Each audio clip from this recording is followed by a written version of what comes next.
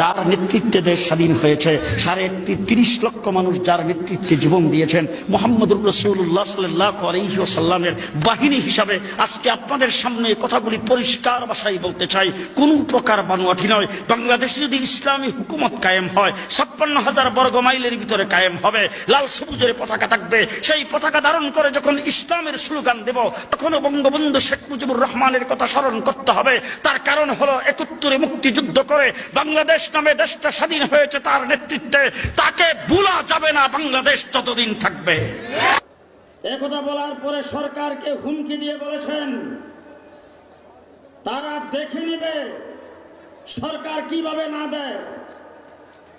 আমি পরিষ্কার ভাষায় বলতে চাই, ১৫ বছর পর্যন্ত ফ্যাসিস্ট সরকারের বিরুদ্ধে লড়াই করে রক্ত দিয়ে আমরা এই সরকারকে ক্ষমতায় বসাইছি।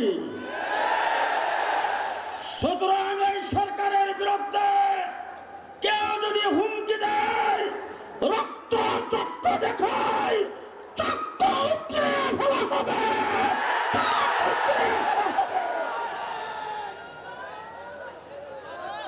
এই সরকার ক্ষমতা আসার পরে বিচারপতিদেরকে দিয়ে কু করতে চেয়েছেন। আমরা ছাত্র জনতাকে উৎখাত করে দিয়েছি। আনসারদেরকে দিয়ে কু করতে চেয়েছেন, নস্যাৎ করে দিয়েছি।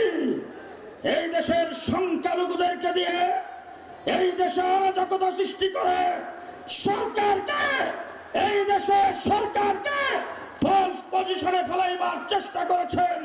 আমরা নস্যাৎ করে দিয়েছি।